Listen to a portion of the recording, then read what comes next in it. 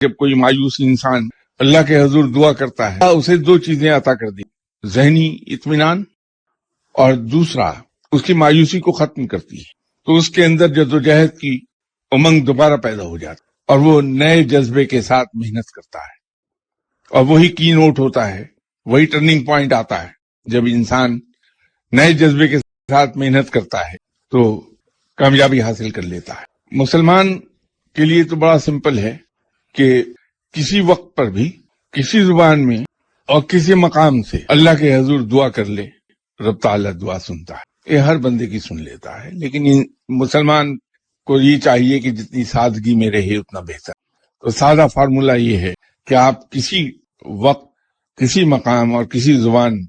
دعا کیجئے، رب تعالیٰ دعا سن لے گا۔ ہاں البتہ اس کے اندر ایک بنیادی شرط ہے، اور وہ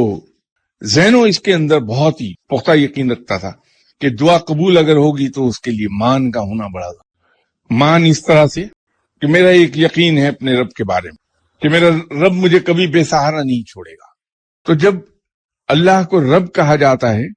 تو میرے دل میں یہ احساس ہوتا ہے کہ میں اس کی احسان کا اعادہ کر رہا ہوں، میں احسان شناسی کر رہا ہوں، تو یہ مجھے اس سے اور زیادہ قریب لے جاتا ہے کہ یوں میں اللہ کو رب کہتا ہوں،